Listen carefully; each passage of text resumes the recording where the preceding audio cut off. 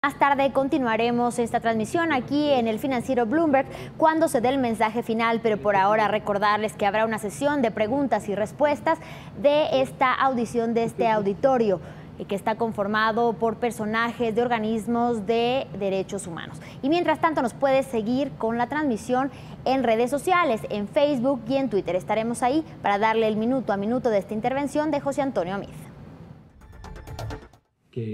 En caso de usted llegar a ser presidente responsable del Ejecutivo de este país, ¿cuáles serían los principales ejes de su estrategia de seguridad para estar a la altura?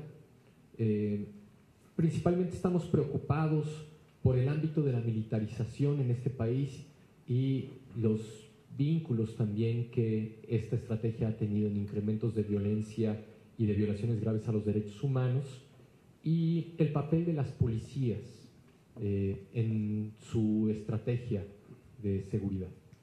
Déjenme partir un poco sobre mi visión de qué es lo que ha venido pasando en el país en los últimos años, de 1997 a la fecha, y sobre todo a partir del 2005-2006 hasta el momento, porque eso pone de relieve lo que yo creo que deberían ser los pilares de una estrategia diferente y de una estrategia que trabajara de manera integral en un problema que no hemos podido superar.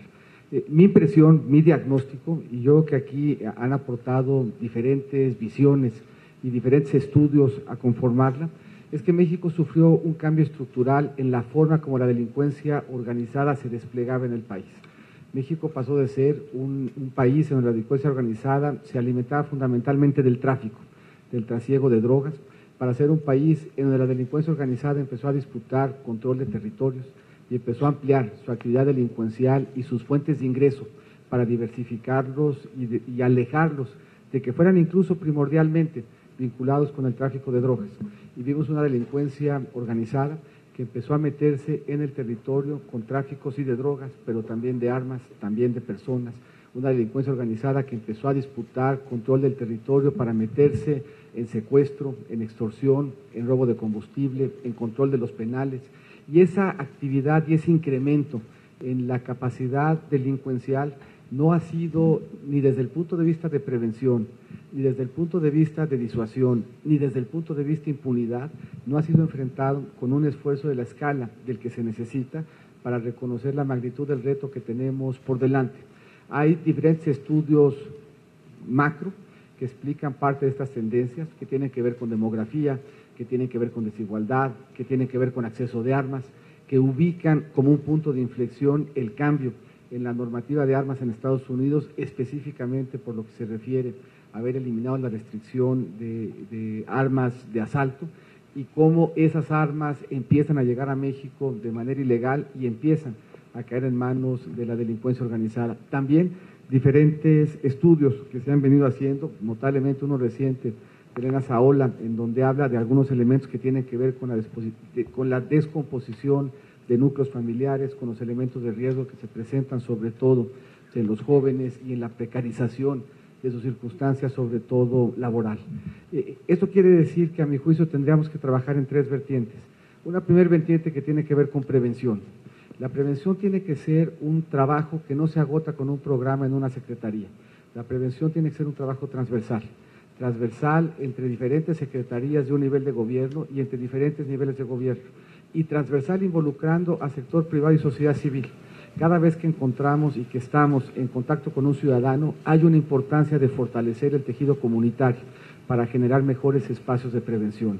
La prevención en sentido amplio tiene que ver con la recuperación del espacio público, tiene que ver con la recuperación del tejido comunitario, tiene que ver con elementos de infraestructura que van desde el alumbrado hasta el transporte público, todo ello en el ánimo de que la comunidad sea el primer espacio de blindaje frente al reto que estamos enfrentando. Todo ello además en el ánimo de que la prevención se concentre en los elementos de riesgo que se identifican en el estudio, elementos de riesgo que implican la deserción escolar, elementos de riesgo que implican la precarización de los primeros empleos de los jóvenes, todo lo cual hace pensar que la prevención implica además intervenciones en el modelo educativo, en la educación dual, en todo aquello que evita que deserten los jóvenes de la actividad que los acerca más a la comunidad y que les consolida una alternativa de mejor futuro. Hay un segundo elemento en la estrategia que tiene que ver con disuasión. Disuasión en sentido muy amplio. Se disuade cuando se tienen mejores elementos de inteligencia y de análisis. Se disuade cuando se evita que lleguen armas y dinero en manos de la delincuencia organizada. Se disuade con la presencia policíaca, con una presencia policíaca diferente en escala, en preparación y en capacitación de la que hoy tenemos.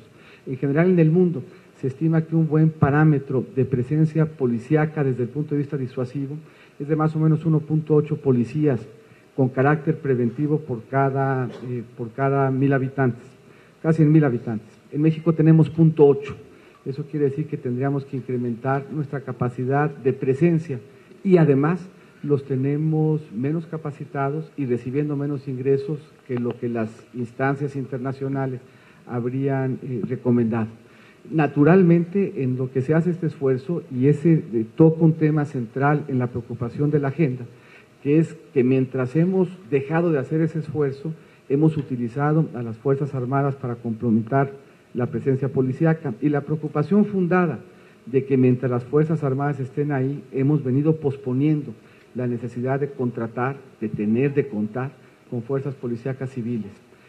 Pero el tercer elemento es, a mi juicio, en donde hemos fallado de mayor manera y en donde tendríamos que plantear la reforma arquitectónica más profunda, que tiene que ver con la impunidad que priva en el México en el que hoy vivimos.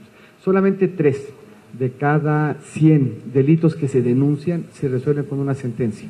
Eso ubica a México como uno de los países con mayor impunidad del mundo. Si nosotros no enfrentamos de manera estructural y entendemos las causas de la impunidad, prevención y disuasión no van a ser suficientes. Entre estas causas de impunidad, a mi juicio, se encuentra la ausencia de un código penal único. Hoy tenemos en el país 32 entidades federativas, cada una de las cuales define los delitos de manera diferente. Y eso quiere decir que los esfuerzos de disuasión encuentran un límite real, porque en México no manejamos el mismo lenguaje delincuencial en los delitos que traen consigo más violencia, más dolor y los que aquí más preocupan. Si nosotros lográramos consensar un código penal único, la estrategia, a mi juicio, tendría mejores resultados, porque podría armonizar la disuasión, la presencia y la prevención con la rendición de cuentas y la capacidad investigadora del Estado. Apunto un par de números y con eso termino. En México se cometen más o menos 2 millones de delitos al año y tenemos capacidad de investigar aproximadamente 100,000. Eso quiere decir que nuestra capacidad de investigar y por lo tanto de hacer justicia está severamente acotada. Diversos estudios apuntan a que si nosotros mejoráramos nuestra capacidad de investigar y por lo tanto nuestra capacidad de que se enfrenten consecuencias por los actos que implican una violación a la ley, podríamos reducir nuestro nivel de inseguridad más o menos en 40%. Si a eso sumamos mayor prevención y mayor disuasión, podríamos llegar a los niveles de violencia promedio que se observan en países del G20 o de la OCDE. El Código Penal único permitiría que policía y ministerios públicos y que la Federación tuvieran una agencia de investigación en esos delitos que ahora tendríamos la posibilidad de tener acuerdo en su propia definición y permitirían multiplicar las capacidades investigadoras del Estado por lo menos por 4, que es más o menos lo que calculo se necesitaría para tener una capacidad de investigar los delitos de los que estamos haciendo víctimas. Pongo solamente 2 ejemplos. El segundo estado en donde hay más prevalencia de extorsión es Nuevo León. Nuevo León no lo tiene tipificado como delito. Y si comparamos, por ejemplo, Jalisco con Nayarit y Zacatecas, en el robo de casa, habitación, encontramos que la mayor tasa de incidencia de este delito se da en Jalisco, que lo castiga con menos severidad que Nayarit y Zacatecas, con quien tiene muchos elementos demográficos en común. Si empezamos por este último pilar, con un código penal único, con una agencia investigadora de estos delitos, con más capacidad de investigación, y a eso sumamos mejores elementos de disuasión, que no implican y que no traen consigo más que la capacidad presencial de generar un entorno de mayor seguridad, y ponemos acento en la prevención, debiéramos de lograr una escala y una capacidad de respuesta que hoy no hemos tenido, ni en la prevención, que ha sido insuficiente, ni en la disuasión, que no ha estado a la altura de lo que el país necesita, pero sobre todo en el tema de la impunidad, en donde no hemos tenido capacidad siquiera de investigar los delitos que nos son denunciados. Prevención, disuasión y acabar con la impunidad son los tres ejes de su modelo. Me gustaría que nos centráramos, candidato, en el de la disuasión. Si le estamos entendiendo bien, usted lo que está planteando es una mejora en los elementos de, digamos, de inteligencia. Entiendo que también una mayor profesionalización. La duda que surge es dónde quedan los militares aquí. Los militares se regresan a los cuarteles, a sus funciones establecidas tradicionalmente por la Constitución, o se mantiene la ley de seguridad interior. Y en caso de mantener a los militares en las calles, fuera de los cuarteles, ¿cuáles serían sus prioridades con respecto a las crisis que han enfrentado de violaciones graves a los derechos humanos, especialmente por temas de tortura, desapariciones forzadas o incluso ejecuciones arbitrarias? Mira, si revisamos un poco el tema de disuasión y los diferentes elementos que ello implica, todos los estudios que hemos visto apuntan a que las armas son un problema, que generan y que exacerban el fenómeno de violencia. En la parte más baja de los estimados, se estima que en México hay más o menos 500,000 armas en la parte baja y 1.5 millones de armas en la parte alta. Para poner los números en perspectiva, esa presencia de armas en manos de la delincuencia organizada es más o menos 3 veces lo que tiene el ejército guatemalteco. Y en la parte alta del estimado, este 1.5 millones, es más o menos la capacidad de fuego que tiene el ejército canadiense. Y no tenemos un protocolo de armas. No tenemos un protocolo de armas en las fronteras, no tenemos claridad de cuáles son los puntos de internación, no tenemos convenios de inteligencia con nuestros vecinos, ni del norte ni del sur, para efectos de entender de mejor manera el tráfico y el flujo de armas hacia el país. Hay convicción de que las drogas se trafican sobre todo a través de vehículos de carga y que las armas tienden a traficarse y a introducirse sobre todo en vehículos particulares. Y no tenemos un despliegue tecnológico que nos permita blindar de mejor manera nuestras aduanas con tecnología para efectos de tener un mejor control en materia de armas. A mi juicio, un tema absolutamente fundamental. El primer protocolo que hicimos de armas en el país en la época reciente se dio apenas el año pasado en la Secretaría de Hacienda, justamente tratando de entender de mejor manera la lógica de internación y la forma tecnológica de generar estos espacios de blindaje. Un elemento adicional que está presente en la capacidad que ha tenido la delincuencia organizada de hacer daño es el dinero. Y no hemos sido capaces de construir un marco normativo que nos permita con eficiencia y con agilidad y con justicia recuperar o evitar que le llegue el dinero a manos de la delincuencia organizada. Una delincuencia organizada que ha venido multiplicando sus fuentes de ingreso y diversificándolas a través de actividades que implican una mucha mayor presencia de la delincuencia organizada en la vida ordinaria y alejada además del tráfico de drogas. Una vida de la delincuencia organizada que está presente en negocios de grúas, que está presente en negocios de recolección de basura, una presencia de delincuencia organizada que toma control del huachicoleo que le debe de generar más o menos 20,000 millones de pesos al año, una delincuencia organizada que tiene el control de nuestros penales, de muchos penales en donde no solamente no hay readaptación, sino que se convierten en una fuente de ingresos importante para la delincuencia organizada. Disuadir implica entonces que le quitemos capacidad de acción por la vía de las armas y por la vía del dinero, también por la vía de la inteligencia. Un tema que ha permeado la discusión de la Ley de Seguridad Interior y en donde yo he tenido una convicción distinta de la que aquí se ha planteado, es que a mi juicio la Ley de Seguridad Interior sí plantea los debates relevantes. La participación del Ejército y de las Fuerzas Armadas tiene que ser excepcional, no puede ser cotidiana. La labor de las Fuerzas Armadas, lo que se le ha pedido a las Fuerzas Armadas, es injusto con las Fuerzas Armadas y es injusto con la ciudadanía. Pero hemos vivido ya 12 años en donde la participación de las Fuerzas Armadas en perjuicio de las Fuerzas Armadas y en perjuicio de la ciudadanía no tiene un buen marco normativo. No hemos sido capaces de decirle a las Fuerzas Armadas qué se espera de ellas, por cuánto tiempo, bajo qué marco normativo. No le hemos dado certeza jurídica a su participación y no le hemos dado certeza al ciudadano cuando ve a la Fuerza Armada de qué puede esperar de ellas. Hay diferentes elementos que acreditan que sí se puede avanzar en que tengamos esos espacios de claridad. Cuando vemos a las Fuerzas Armadas desplegarse, por ejemplo, cuando estamos enfrentando las consecuencias de un desastre natural.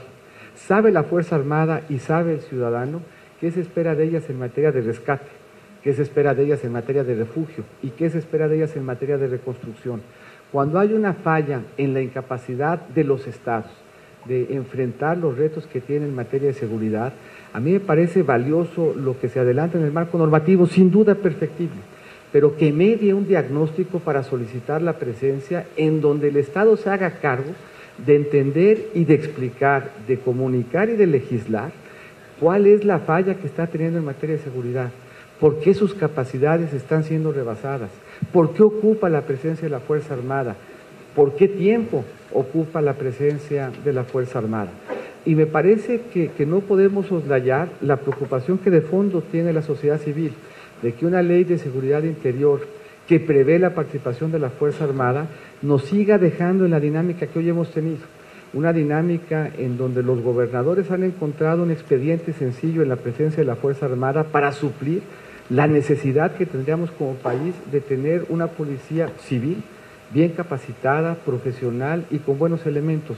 Yo creo que esta ley de seguridad interior, con los elementos que enriquezca la Corte, con los elementos que podamos hacer para mejorarla, pero sí pone al centro del debate cuál es la responsabilidad y de quién de la seguridad, y pone además certeza para el ciudadano y para la Fuerza Armada de exactamente qué depende de ellas, y pone además con claridad que es excepcional su presencia. Llevamos 12 años en donde su presencia se ha vuelto permanente, en donde su presencia se ha vuelto de todos los días, en donde cuando vemos la estrategia de seguridad de muchos de los estados, esa estrategia está afincada en construir un nuevo cuartel o un nuevo espacio de presencia de la fuerza militar en las calles. Ese no es ni nuestro modelo constitucional y ese no es además la forma de enfrentar estructuralmente el reto de la seguridad pública. La forma de enfrentar estructuralmente el reto de seguridad pública es que tengamos buenos policías y que de manera excepcional y con absoluta certeza para ciudadano y para Fuerza Armada normemos su participación. Candidato, el modelo de la política de drogas, en muchos lugares y hay también posturas de organismos internacionales que lo dicen claramente que ha fracasado. Quisiéramos conocer, sobre todo por la vinculación de la política de drogas actual con el modelo de seguridad actual, quisiéramos conocer su postura al respecto en algunos puntos que consideramos importantes. Su opinión sobre la posibilidad de despenalizar consumo de cannabis, su opinión, su postura en realidad sobre la posibilidad de inclusive buscar los mecanismos para que las personas que están en prisión hoy por delitos de posesión puedan ser liberados. Quisiéramos conocer su postura al respecto. Hay ejemplos internacionales que debemos de estudiar, que nos dan luz respecto a los temas que aquí se han planteado. El ejemplo pues, muy conocido de los Países Bajos, un ejemplo más reciente, interesante, en el caso de Portugal, un ejemplo mucho más cercano a nuestra afinidad y nuestro continente, en el caso de Uruguay, que han puesto de relieve diversas políticas que de distintas formas han venido liberalizando y modificando el enfoque de la política en materia de drogas. Y han venido en consecuencia retroalimentando el debate desde la perspectiva internacional. Si nosotros revisamos la literatura y sobre todo si revisamos la estructura de ingresos de la delincuencia organizada, vamos a encontrar que esta está relativamente desvinculada sobre todo el tema de la cannabis. En términos generales, el tráfico de marihuana es un tráfico que hoy, desde distintos puntos de vista y por diferentes razones, juega un papel bastante acotado en materia del tema de seguridad y de delincuencia organizada, por diferentes razones, y abundo un poco en términos además de cómo siento yo que se ha venido moviendo la geografía de la violencia, sobre todo en el país. En la medida que se ha venido legalizando la producción en Estados Unidos, eso implica que el papel del tráfico en México de cannabis se ha venido disminuyendo. La cannabis, la marihuana como vehículo de traslado de valor es profundamente ineficiente a la luz de esa realidad.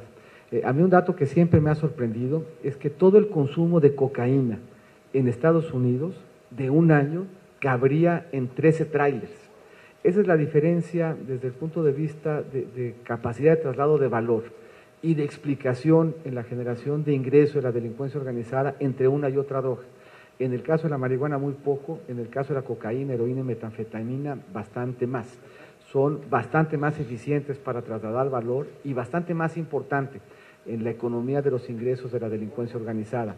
Pero aún tomando en consideración metanfetaminas, heroína, cocaína y marihuana, la delincuencia organizada hoy tiene, y tenemos que asumirlo como parte del reto integral, muchas más fuentes de valor que generan violencia y que generan ingresos. El control de los penales, que no tiene mucho que ver con la marihuana, el control del robo de combustibles, el control del robo, extorsión y cobro de pisos, por lo que a mi juicio el debate de la marihuana en lo particular deberíamos de desvincularlo del debate de seguridad y que tengamos una reflexión por su propio peso, por el peso que tiene que ver en el enfoque de salud, desde mi perspectiva, mucho más valioso que se hable de marihuana y de su impacto con un doctor que con un policía. Mucho más valioso y pertinente que revisemos en las cárceles para que no estemos penalizando la pobreza. Mucho más valioso que revisemos el tema de la marihuana desde el punto de vista de la integración familiar. Pero mi impresión es que desde el punto de vista del debate de violencia no es hoy uno de los principales elementos. Eso no quiere decir que no lo reflexionemos también desde ese ángulo, pero a mi juicio el debate debiera ser un debate que se viera sobre todo a partir del ángulo de salud, a partir del ángulo de libertades, a partir del ángulo médico, en consonancia con lo que se hace en el resto del mundo de acuerdo a las convenciones que México tiene suscritas. Pero desde el punto de vista de violencia, mi impresión es que particularmente el debate de la marihuana es un debate que no tiene un impacto material en la política pública porque no explica de manera material ni los ingresos ni la actividad delincuencial en su mayoría. Candidato, usted mencionaba al principio que uno de los ejes fundamentales para hacer frente en materia de seguridad era el tema de la impunidad. Y hablaba incluso de algunas propuestas, incluyendo a la del Código Penal Único. Y una de las preocupaciones de las organizaciones de la sociedad civil es que en esta triada entre violencia, corrupción e impunidad, es necesario contar con instancias de procuración de justicia que realmente sean confiables y que puedan cumplir su función cabalmente. En ese sentido, la propuesta va en torno a específicamente la Fiscalía Independiente y Autónoma.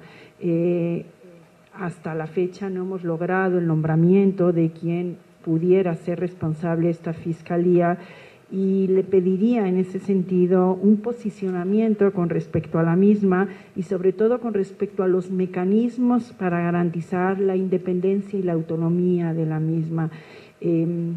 ¿Hay posibilidad todavía, antes de que lleguemos a las elecciones, de que se nombre al responsable de la Fiscalía? Mira, nosotros desearíamos que sí. A nosotros nos parece que ha sido una claudicación, que no tiene razón de ser ni política, ni ética, ni moral. Cuando recorremos un país que está ensangrentado, cuando recorremos un país que ilustra en la impunidad o que encuentra en la impunidad muchos de los temas que están mal, el hecho de que hayamos sido capaces de construir todo un andamiaje constitucional que se haya votado y que se haya acordado, el hecho de que hayamos sido capaces de construir todo un nuevo modelo de procuración y de visión de justicia, darle a la Fiscalía autonomía y capacidad de funcionamiento, y que no hayamos sido capaces de encontrar un hombre en un país que tiene la profundidad de talento, de convicción como México, me parece que es una falla clara de la forma como estamos haciendo política hoy en el país. El hecho de que México pueda haber aportado talentos que generaron consensos en el mundo. México ha tenido jueces en la Corte Penal Internacional. México preside hoy la Corte Internacional de Justicia con Eduardo Ferrer. La verdad es que hemos tenido capacidad de aportarle al mundo talentos mexicanos que en el mundo generan convicción y que son fuente de orgullo. Es claramente una falla que nosotros hemos apuntado y que hemos exhortado y que hemos exigido que este nombramiento se dé. No tenemos por qué secuestrar a la justicia con la política. Justamente el esfuerzo que hicimos alrededor de la Fiscalía se explica por el deseo explícito de cortar el cordón umbilical entre la política y la Procuración de Justicia. En materia de corrupción y en materia de seguridad, uno de los elementos que siguen inhibiendo a México de alcanzar un mejor resultado es que seguimos vinculando la justicia a la política. Y el ejemplo más claro de por qué eso está mal es que no hayamos sido capaces de encontrar un nombre que genere confianza, cuando hemos encontrado muchos que generan confianza y prestigio a México en el mundo y dentro de México. Es, yo creo, un diagnóstico, un síntoma de lo que estamos haciendo mal, en donde seguimos secuestrando a la justicia y seguimos secuestrando a su funcionamiento de intereses políticos. Y me parece que en un país de la profundidad de talento que tiene México, eso es inexcusable. Ojalá sea un tema que se resuelva antes de que llegamos a la elección. Candidato, insistiendo en el tema de la Fiscalía Autónoma Independiente, usted conoce los planteamientos que los colectivos agrupados alrededor de Fiscalía que Sirva han planteado, digamos, muy claramente, inclusive en una especie de, en un documento que han llamado dictamen, los puntos que consideran centrales y fundamentales para una Fiscalía autónoma e independiente, con participación de la sociedad civil. Frente a eso, ¿cuál es su postura concreta? Estoy absolutamente de acuerdo en que tengamos una Fiscalía autónoma. Me parece que es fundamental. Y me parece que es fundamental que entendamos que esa autonomía de la Fiscalía tiene que ser una autonomía libre de cualquier injerencia política de cualquier tipo. Tenemos que profesionalizar nuestra Fiscalía de suerte tal que genere confianza, convicción, competencia y capacidad de darle al país un mejor resultado en materia de combate a la inseguridad y en materia de combate a la impunidad. Parte de nuevo estructural de lo que nos hemos quedado cortos está ahí. Ahora, me parece que el debate tiene que ser más amplio que el del nombramiento. Me parece que el debate tiene que implicar que tengamos certeza de que vamos a poder investigar, que tengamos certeza de que vamos a poder hablar el mismo lenguaje delincuencial, de que tengamos certeza de que nos vamos a poder coordinar bien, de que tengamos certeza de que vamos a poder armonizarnos en los objetivos alrededor de una política criminal que nos permita el poder poner al centro no solamente el nombre y la forma del nombramiento, sino también qué es lo que vamos a hacer y cómo vamos a construir esta política criminal. Pongo un ejemplo. Yo fui secretario de Hacienda el último año y para mí era muy importante el tema del huachicoleo. El tema del huachicoleo generaba un problema real en las comunidades donde se llevaba a cabo. No es un delito social, es presencia de delincuencia organizada. Sacaba a las niñas y a los niños de las escuelas para convertirlos en halcones. Permanentemente ponía en peligro, en riesgo a la comunidad, pues, de un accidente y de una tragedia, e implicaba, para que lo pudiéramos resolver, que se sentara en la mesa las autoridades estatales, las autoridades municipales, que además fueron perseguidas por encontrar que estaban involucradas, pero también implicaba que se sentara en la mesa Petróleos Mexicanos, el SAT, la Unidad de Inteligencia Financiera, y que le diéramos al reto una visión mucho más integral. Si no enfrentamos los problemas de seguridad con esa visión integral y armónica, nos va a costar mucho trabajo dar buenas cuentas a los ciudadanos, porque el fenómeno delictivo es transversal a las necesidades y al funcionamiento de muchas dependencias de gobierno, por lo que me parece que la autonomía debe estar fuera de cualquier cuestionamiento, tiene que ser central para que funcione bien y nos dé confianza, pero el debate y la reflexión tiene que incorporar algunos otros elementos que nos permitan que esa Fiscalía tenga una adecuada coordinación con todos los demás elementos, desde la prevención, la disuasión y la impunidad, para que nos dé buenos resultados. El candidato decía que ojalá llegáramos a las elecciones teniendo a la persona que ocupara la Fiscalía, que estuviera al frente de la Fiscalía. ¿Qué tiene que ocurrir para que se dé eso? Porque pues, cada candidato nos dice lo mismo y sin embargo seguimos sin Fiscalía. ¿De quién depende? Déjame decirte cuál es mi experiencia en la evolución reciente. En la evolución reciente alrededor de ese consenso, en donde pasamos por distintos momentos, yo le tengo un enorme aprecio a Raúl Cervantes. Me parece que era un Procurador General de la República que le trajo al trabajo de la Procuraduría un sentido profundo de diálogo con sociedad civil, que fue conduciendo además un proceso de consenso con las Procuradurías Generales de cada uno de los estados, que fue generándole armonía y ritmo a un trabajo de una Procuraduría que no estaba dando los resultados adecuados. Y me parece que el ejemplo, un poco lo que pasó ahí, en donde el nombramiento se dio bajo premisas que después fueron cambiando porque se politizaron, es algo que debiéramos de evitar. A mí me da la impresión de que es una pena que hayamos politizado un nombramiento de una instancia en donde nos pusimos de acuerdo en lo más difícil. Lo más difícil era el modelo, lo más difícil era cómo queríamos que funcionara nuestra Procuración de Justicia. Y a mí me parece que en la definición del nombre debiera de haber, como lo ha habido muchas veces en México, generosidad y capacidad de poner el interés de que funcione la Fiscalía por delante. Nosotros en ese sentido no tenemos absolutamente ninguna objeción, no solo nos parece que es muy importante que se dé, y regresamos al ejemplo del mundo. Si hemos sido capaces de presentar y de enriquecer el marco de seguridad internacional, el marco del debate en materia de procuración de justicia, el marco de la construcción de acuerdos en todas partes del mundo con talento y con prestigio mexicano. Sí tendríamos que sentarnos a pensar cómo es posible que hayamos llegado al grado de que no podamos encontrar un nombre que nos dé confianza. Candidato, la complejidad de las crisis de seguridad, corrupción, violaciones graves a los derechos humanos que estamos viviendo,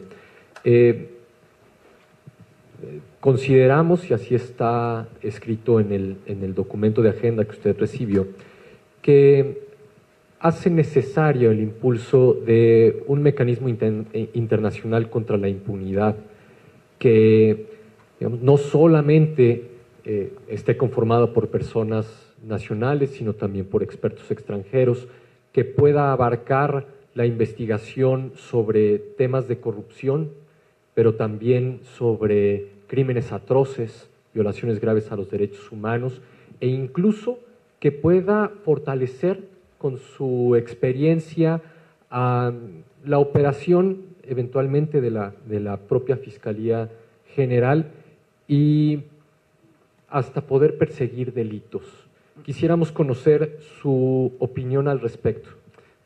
Yo no estoy de acuerdo, y déjenme elaborar por qué. Y me parece que es un tema además muy fundacional en términos de reflexionar cómo nos vemos como país y cómo queremos consolidar nuestra democracia.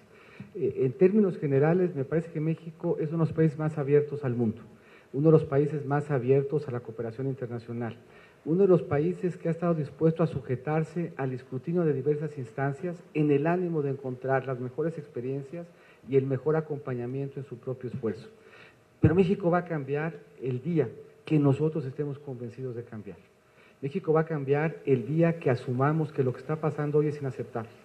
México va a cambiar el día que nuestra propia convicción nos lleve a construir modelos en donde la tortura sea inaceptable en cualquiera de sus expresiones. México va a cambiar el día que nos decidamos a implementar a profundidad la ley que nosotros nos dimos en materia de desaparición forzada, que nos dediquemos a implementar a cabalidad y convencidos de que nuestro futuro depende de ello, la ley para prevenir los actos de tortura. Y eso implica, a mi juicio, una convicción profunda también de que México tiene capacidad de construir instituciones que nos den prestigio y certeza y que podemos construirlas nosotros. México ha logrado construir instituciones que son ejemplo en el mundo en muchos sectores. Hoy México tiene, por ejemplo, un Banco Central autónomo que funciona bien y cuya gestión nadie cuestiona, en un tema en donde México recurrentemente había fallado. Cada 6 años había una crisis económica en México. Le dimos autonomía a un banco central, lo prestigiamos y prestigiamos los nombramientos de un banco que nunca se ha politizado desde que se le dio autonomía en 1994. Si podemos construir en lo que desde esta perspectiva es bastante menos importante, que es el tema de estabilidad económica, en lo que es fundacional, que es nuestra seguridad y nuestra convicción, el sentir que no tenemos capacidad de construir nuestras instituciones y de resolver nuestros retos con nuestro talento y con nuestro compromiso, me parece que es renunciar a algo que es muy importante, que es la capacidad de ser arquitectos de nuestro propio destino. Yo tengo la convicción de que en México tenemos capacidad profunda No hay ninguna razón estructural para pensar que no podemos tener las mejores instituciones y las mejores gentes y renunciar a tomar nuestro destino en algo tan importante como nuestro sentido de justicia, nuestra capacidad de escuchar y de atender a las víctimas, nuestra capacidad de construir una arquitectura que funcione y que funcione bien, es algo que no deberíamos estar dispuestos a hacer. Pero ¿cómo llegar a ese punto? Es decir, porque usted habla de que debiéramos tener esa capacidad y sin embargo las fallas de las instituciones en este momento son patentes al respecto, ¿no? Entonces,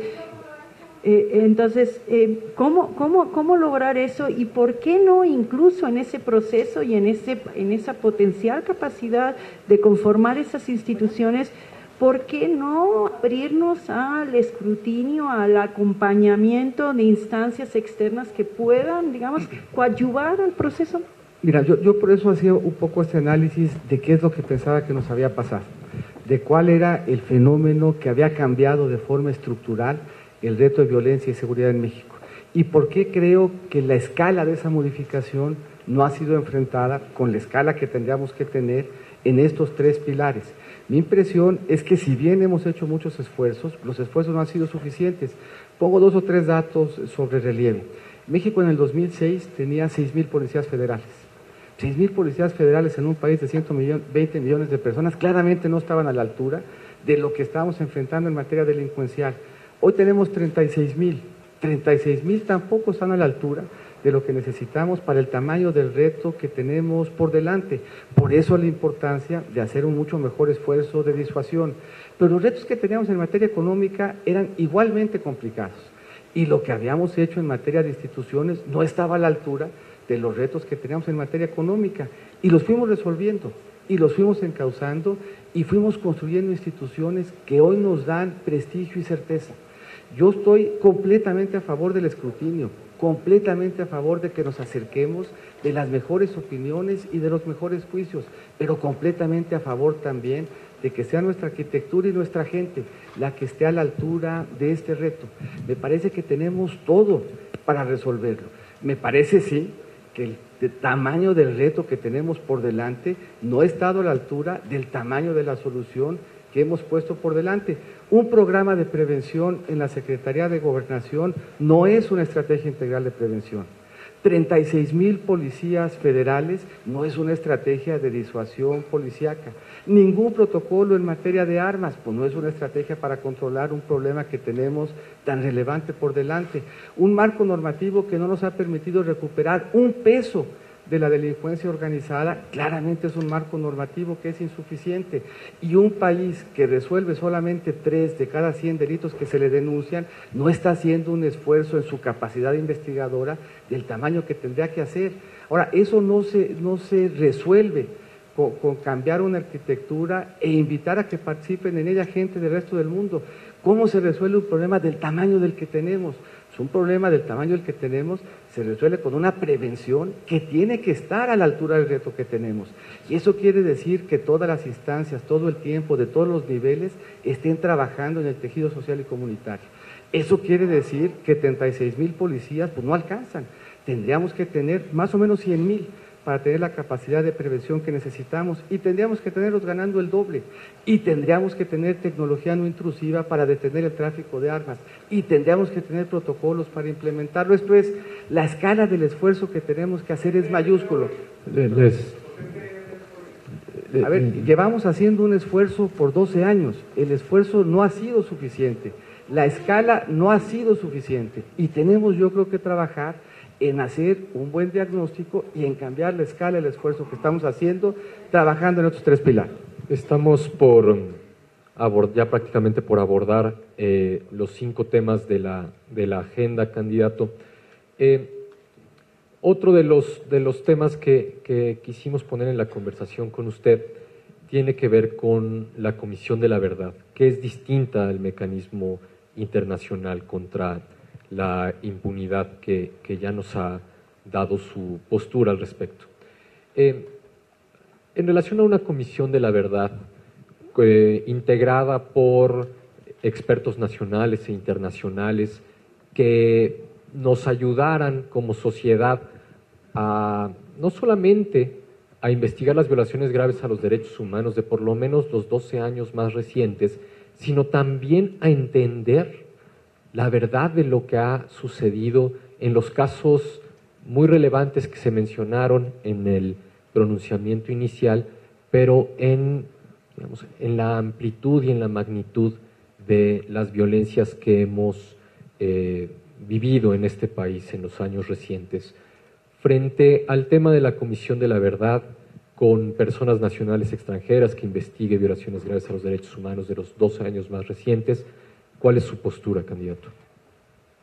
Si uno revisa los datos en los temas que hoy nos tienen aquí sentados, a mí lo que me llama la atención son esos casos que aquí se plantean, pero los cientos de miles de casos que aquí no se plantean y que son los de todos los días. En México hemos tenido más o menos 12,000 homicidios por año en los últimos 10 años vinculados con delincuencia organizada y un número muy importante de homicidios no vinculados con delincuencia organizada, y hemos generado, no me acuerdo la cifra exacta, pero deben ser más o menos 16,000 sentencias. Ustedes deben tener la cifra más precisa. Pero ¿qué número de sentencias se habrán generado en los últimos 12 años por homicidio? ¿Alguien? No es un tema de cifras, es un tema de historias de vida y es un tema de víctimas. Si nosotros no somos capaces de resolver, sí, pero desaparición forzada, tortura, ejecuciones, homicidios, si tenemos… Perdón. A ver. Sí, por eso, un poco mi punto es el siguiente, y yo creo que el punto, esta tragedia de una situación, un homicidio que no haya sido resuelto, pues genera todos los días pues la sensación de una fractura en nuestro tejido social, y no son 43. Ese es mi punto, exactamente ese es mi punto. Mi punto es que esa realidad cotidiana es la que no se ha resuelto. No se han resuelto y no hemos sido capaces de resolver con éxito un homicidio. Tenemos 12,000 por año y generamos menos sentencias en los últimos 12 años que los homicidios que tenemos en un solo año.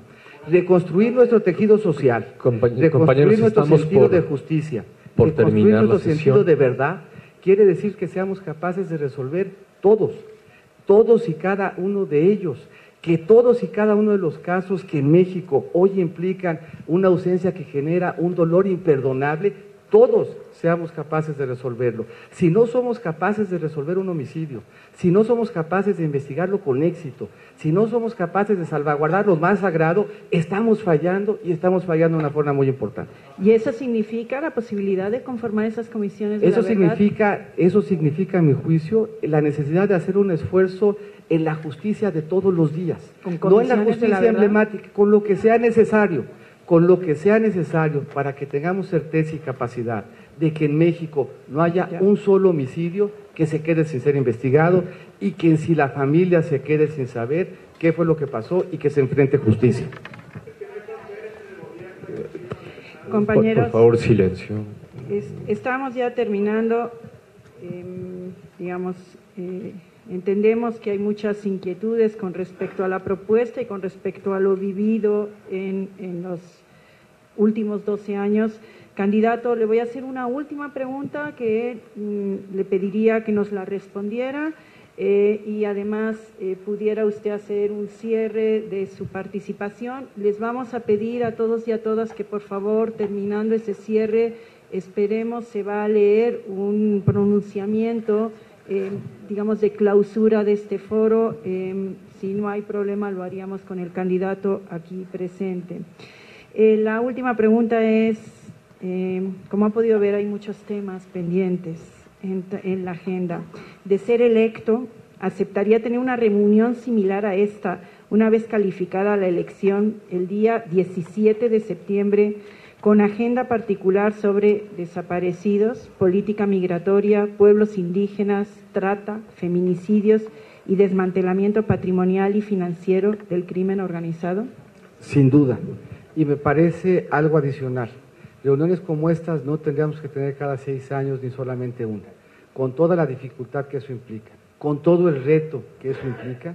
Reuniones como estas son absolutamente fundamentales para que no se tome una sola definición de política pública sin escuchar, por doloroso y por difícil que sea, a las víctimas que en esto llevan la principal carga, que en esto carga el mayor dolor y que en esta agenda implica frente al gobierno la mayor responsabilidad de restituir sus derechos. Pues te agradecemos mucho, candidato, la invitación. Leeremos el posicionamiento final de la actividad de toda esta mañana.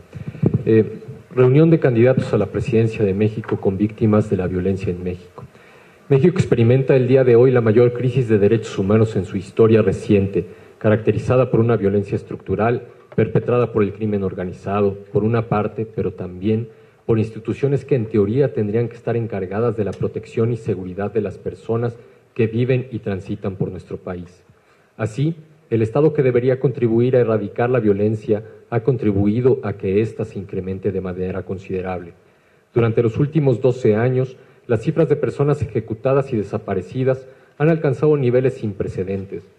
De acuerdo con cifras del Secretariado Ejecutivo del Sistema Nacional de Seguridad Pública, se calcula que entre 2006 y 2018, más de 200,000 personas han perdido la vida producto de la violencia que se vive en el país. Amnistía Internacional estableció que para 2018, más de 34,656 personas habían sido desaparecidas. El panorama en este punto resulta devastador. No es extraño por ello que verdad, justicia y reparación constituyan los ejes que han orientado el diálogo que el día de hoy hemos presenciado. Tales expresiones constituyen una síntesis de aquellas propuestas que se han puesto sobre la mesa para la reforma y transformación de un sistema de justicia que francamente resulta incapaz de atender y menos superar el grave déficit que experimenta la sociedad mexicana de aquellas instituciones que deberían protegerla.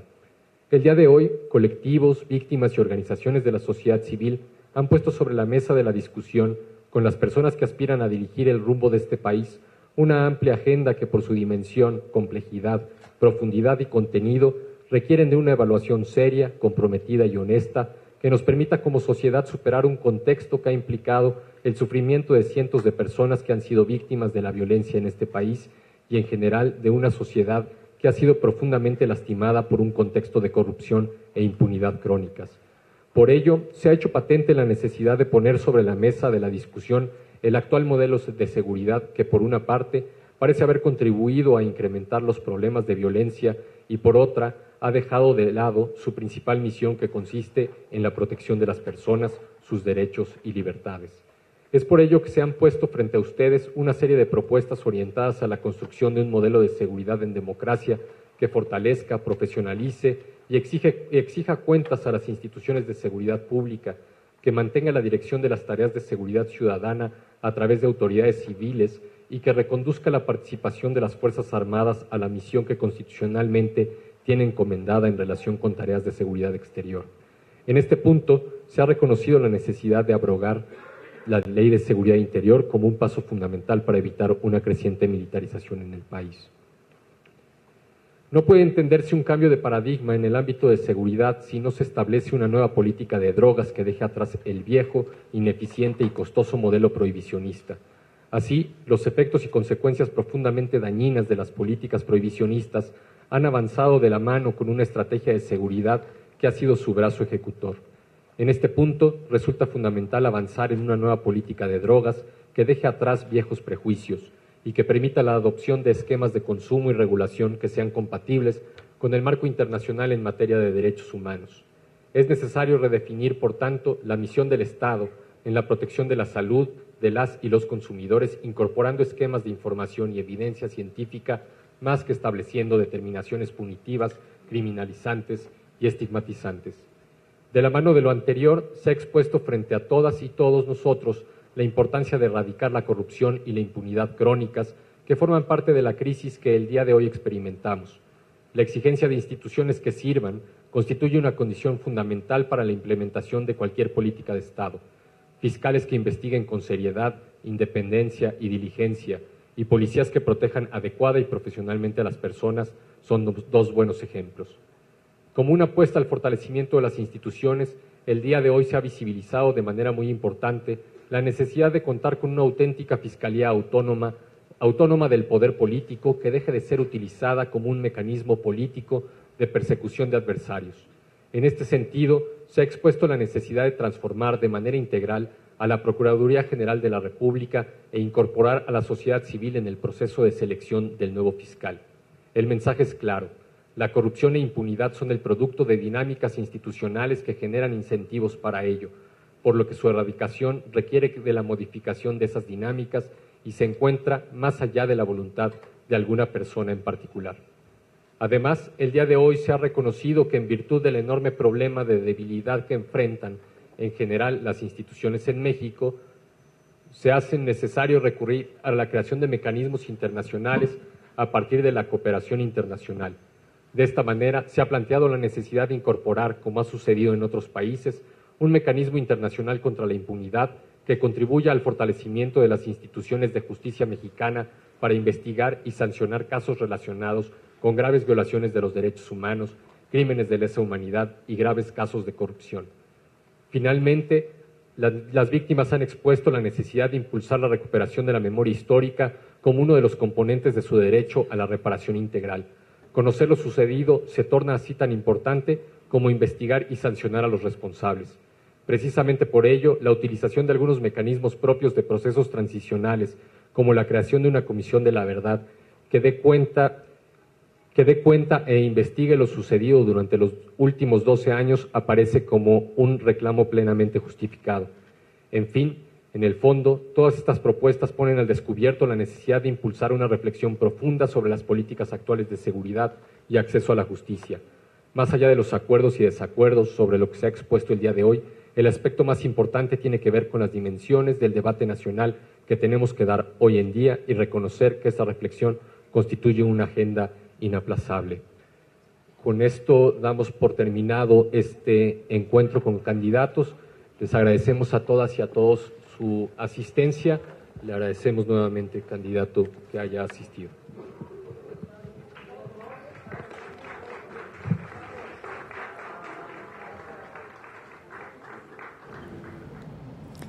Así finaliza la última presentación del candidato presidencial José Antonio Meade de la coalición Todos por México. Y para el resumen puntual vamos nuevamente hasta el Museo de Memoria y Tolerancia con mi compañero Amílcar Salazar. Amílcar, cuéntanos las conclusiones de esta final presentación del candidato José Antonio Meade.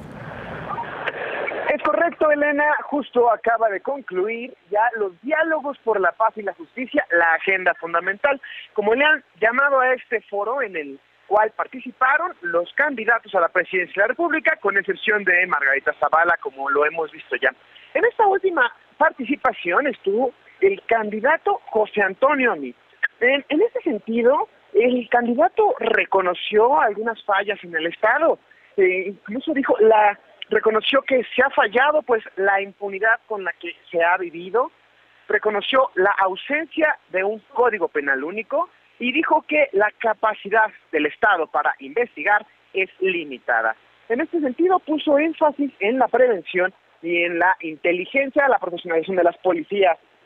Sobre la Ley de Seguridad Interior, la defendió, sin embargo dijo que es perfectible, pues la participación que tiene el ejército en las calles y en las tareas de seguridad debe ser excepcional y no cotidiana, así lo dijo Elena. En ese sentido dijo que la ley es perfectible. Sobre el tema de la legalización, José Antonio Meade dijo que ya hay casos en el mundo que dan luz verde para abrir el debate, sin embargo, muy moderado en sus comentarios, en su participación, dijo que el debate debe ser estrictamente con carácter de salud y no con un carácter de seguridad. En el caso de una fiscalía autónoma, dijo que sí, que se debe de cortar el cordón umbilical de la justicia y la política. En ese sentido, dijo que el Estado sigue secuestrando a la seguridad y la justicia. En el caso de que mecanismos internacionales y de que participen institutos o organizaciones internacionales para colaborar con las investigaciones en México, dijo que no está de acuerdo, pues México, asegura, puede lograr construir instituciones fuertes. Y finalmente, en este último punto, Elena, sobre la creación de una comisión de la verdad, no fue muy claro el candidato, hay que decirlo, dijo que en efecto que el Estado no ha cumplido en ciertas cuestiones, principalmente en la procuración de Justicia, pero dijo que es la realidad cotidiana la que no se ha resuelto. Déjame hablarte un poco sobre el contexto de esta última participación. Los asistentes a este foro, Elena, sí cuestionaron un poco más al candidato del Partido Revolucionario Institucional, principalmente por las acciones del partido. Dijeron que el partido no ha resuelto en este sexenio las tareas en cuanto a procuración de justicia, investigaciones, en cuanto a tampoco sobre las tareas de corrupción. Eso fue los principales cuestionamientos que se le hizo a este candidato. Y para concluir, te comento, Elena, está ya en este momento saliendo de la sala el candidato a la presidencia, José Antonio Meade. Ya estuvo también el candidato independiente Jaime Rodríguez Calderón, Andrés Manuel López Obrador y Ricardo Anaya. Elena, regreso contigo al estudio. Bien, muchas gracias, Amílcar. Como comentas, el candidato más cuestionado, por supuesto, por ser el candidato del partido en el poder. Muchas gracias por tu reporte puntual después de cada presentación. Que tengas muy buena tarde. Muy buenas tardes, Elena. Bien, y así llegamos